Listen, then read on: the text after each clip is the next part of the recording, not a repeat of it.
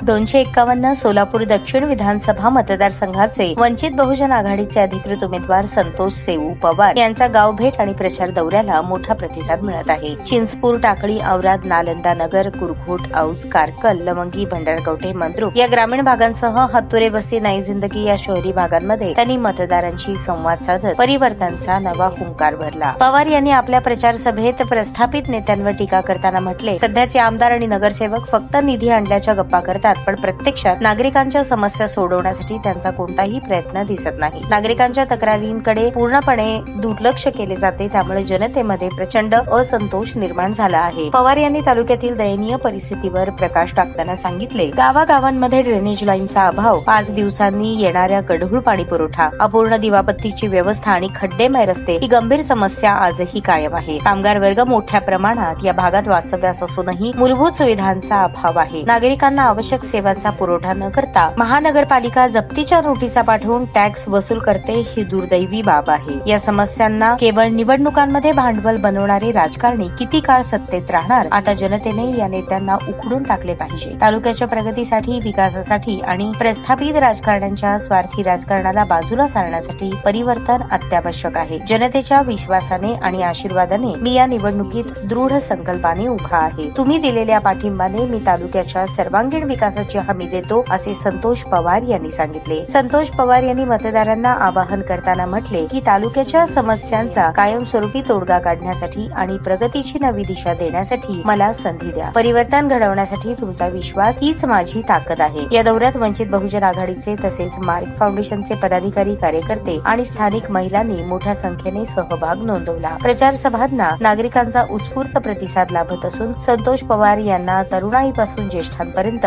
सर्व स्तरातून पाठिंबा मिळत असल्याचे चित्र दिसून येत आहे।